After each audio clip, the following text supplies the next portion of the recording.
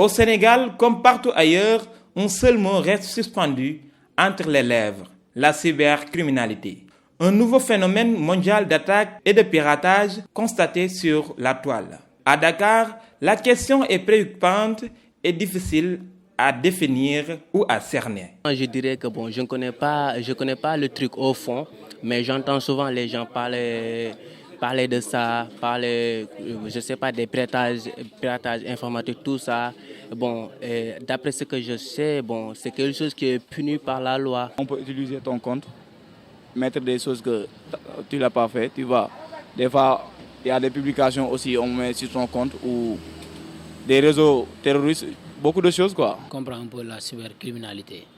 Parce qu'il y a des gens qui font des crimes sur l'internet, pratiquement sur le cyber. Comme la criminalité traditionnelle, la cybercriminalité peut prendre diverses formes et peut se produire à tout moment ou n'importe où.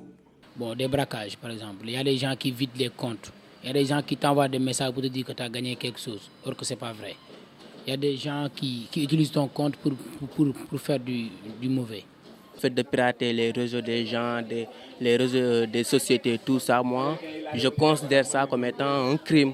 Et les gens le font maintenant, c'est une tendance. Les cybercriminels utilisent différentes formes en fonction de leurs compétences, de leurs objectifs et surtout de leurs cibles.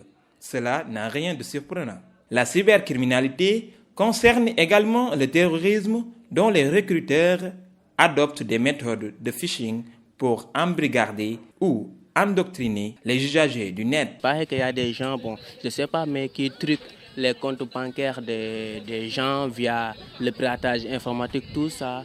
Donc, en tout cas, j'entends ça, mais je n'ai jamais vécu ça, mais j'entends les gens parler de ça, tout ça. Il y a des gens, s'ils veulent faire du n'importe quoi, du mauvais sur le net, ils partent chez le cyber. Parce que pour ne pas être identifié. Parce que si tu utilises ton téléphone ou bien ton ordinateur dans ta maison, là, pour t'identifier, c'est plus facile.